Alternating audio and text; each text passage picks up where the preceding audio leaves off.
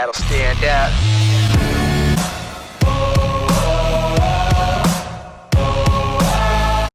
Alright everybody, welcome back. Winners and losers every Monday we do this. Yes. Before you start, please like, subscribe. Yeah. We have hit 40 subscribers recently. Hey, we're climbing up there, so that would really help our channel. And leave a comment. Which winners do you agree with? Which losers do you disagree with? Or which ones do you have of your own?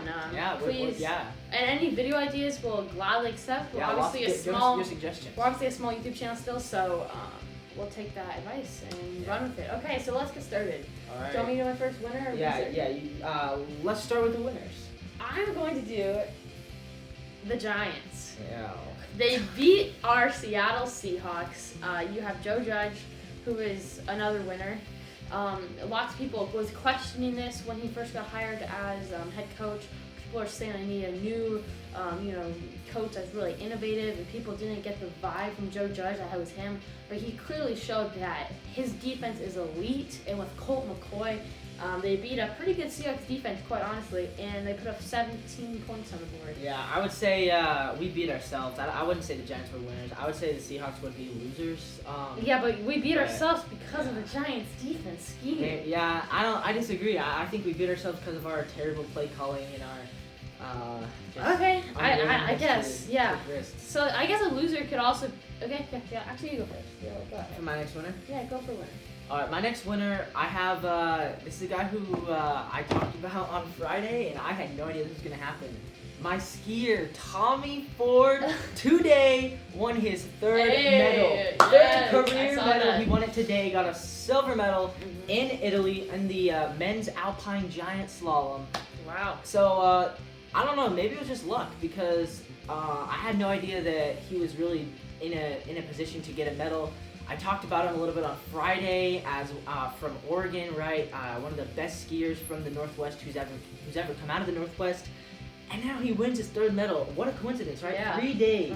3 days. That's crazy. That's crazy. I have to say he's a winner because he's now in the number 8 spot to win the men's alpine skiing world championship 2021. First ever medal. His first silver medal too. He has 1 gold and 1 bronze going into it. Now his first silver. So he has the hat trick. Yeah, that's cool. I mean, from Bend, I believe. From Bend, Oregon. From Bend. So we've skied there before. It's a nice place. Yeah, I'm sure. Mount Bachelor. That's where he did his training. Yeah, those trainings. So good for him. We'll clearly be watching him. How old is he? Do you know? 30, 31. So he's maybe tail end, but he'll still be good for a couple of years. So good for him. And I think he's planning on making to go into his 3rd Olympics next year. Okay. If all goes right. Good for him. Good for him. And Team USA. Okay, so let's do one more winner. Yeah. Okay, my winner is I'm actually blanking. Okay, actually I have LeVar Ball, and that's because you have Lonzo in the not the best player, but he's a great average point guard. You have LaMelo who gets drafted, and everyone thought he was gonna get drafted top 3, top 5. He ends up going 3 to the Hornets. Everyone knows that. But the Pistons 3 or 4 days ago signed LiAngelo Ball to an NBA contract. My favorite family in all sports. Not guaranteed, and LeVar Ball is going to be showing us some talk shows pretty soon, and he's going to be wearing the hat that says "I told you so," and he did tell us, and no one listened. Quite frankly, I thought Lonzo was going to be the only one of his kid in the NBA, and LiAngelo, I thought he had to work at a gas station or smooch off his brothers. But no, he actually gets a non-guaranteed contract. This probably means he'll just go to the G League, but it is an NBA contract. So good for LeVar for proving us all wrong. Yeah, all right. I love the Ball family. I'm a huge fan. A huge I Lonzo always fan. root for Lonzo, LaMelo, and now LiAngelo. Yes. All right, I'll get into my final winner. I have take a look at baseball, the off-season. I have the Los Angeles Angels. I've been very impressed with their off-season moves. They've pulled off 2 really great trades, in my opinion, and they've kind of got under the radar because these aren't star players. But they have a new shortstop, Jose Iglesias, coming off of his best season with the Orioles. They traded for him. I think it was like a minor leaguer they got. And now they have a new closer, Raisel Iglesias from the Cincinnati Reds, and they blew 14 saves.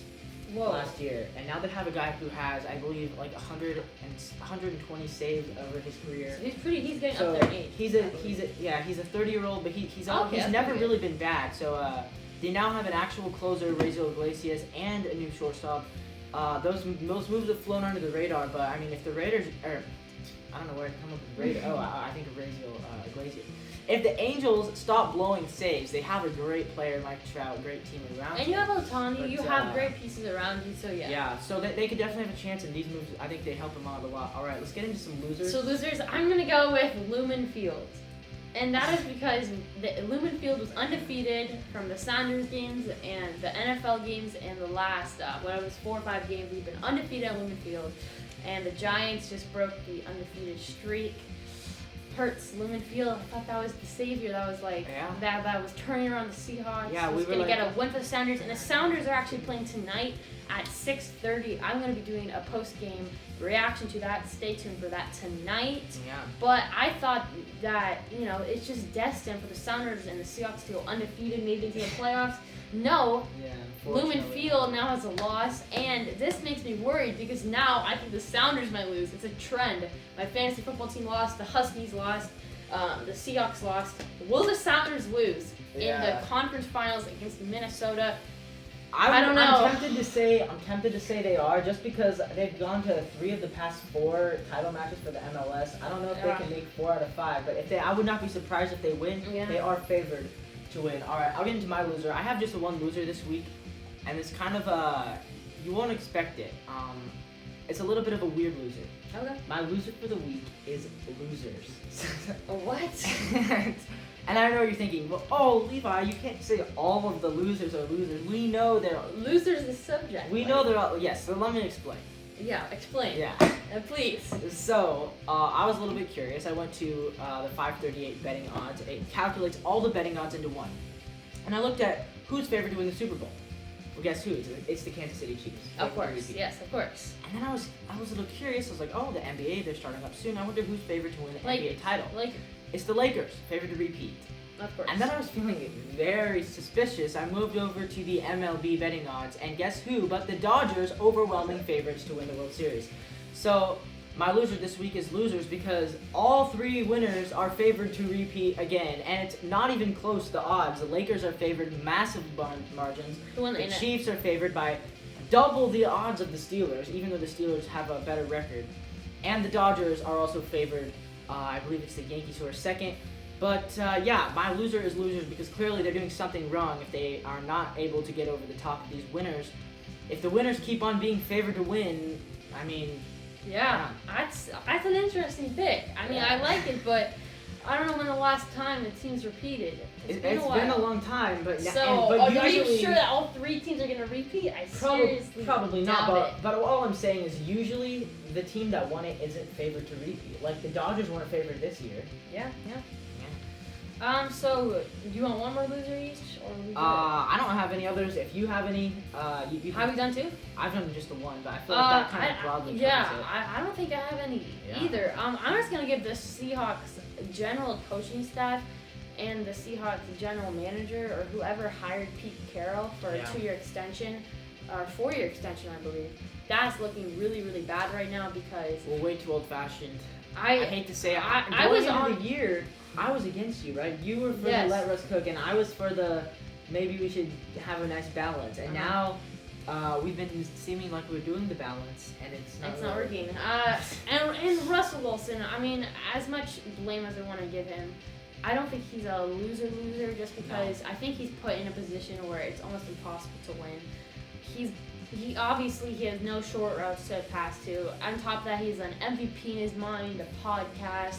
He's not making the throws that he usually makes to DK and Tyler. And I think that's because he's scared of throwing another pick. And of course, the picks that end up happening are the ones that bouncing off Carson and going to pick. And going through Greg Olson's hands. Yeah, and stuff like that. Or just deep 4th down where he has to throw it. Yeah. I mean, half the picks haven't really been his fault. And I think he knows that, but he thinks in the back of his head, like, I'm going to keep my MVP race or whatever. Yeah. I know deep down he says he's all about Super Bowl. I'm sure he is, but I think that's contributing to it. And my prediction is that now since he's 100% out of the MVP race, I think he's going to play way better now. Because now he doesn't have to focus on the MVP race. And I think he can go back to just throwing deep balls to DK, contested catches. Yeah. And as long as the coaches give him some intermediate passing, I think he's going to be fine. Yeah. But I'm going to give loser to Shoddy, Pete, everybody on the Seahawks. Ken Norton. So yeah, that's a Ken Norton, I was very impressed with their defense, and I have been for about 4 weeks. I think Ken Norton's always losing. Ever since the Bills game, our defense has been like top 5 in the league, arguably. Yeah. Our defense is playing. We didn't get to the quarterback too much yesterday, and you think that might have been because Carl Dunlap was on the field as well? I think that's definitely a possibility. Yeah. I mean, Carl Dunlap. The Giants' offensive line, they impressed me though. Because we were trying to rush the QB, and we just weren't getting there. And then also though, we just kind of failed it. We missed a lot of tackles too. Oh yeah. Luckily, the Giants not very good, so we still held them to 17. But on that one-run win, Gallman, I mean, that was inexcusable. Not good. Okay, so I think we're gonna wrap it up Yeah. here. Please, again, subscribe, like, comment. We're going to be doing a video. We're gonna try to do a video every single day. Every day, yeah. Maybe not. Obviously, Christmas just kind of come up a little bit. By the way, happy Christmas to you guys. But please subscribe. Thank you for watching.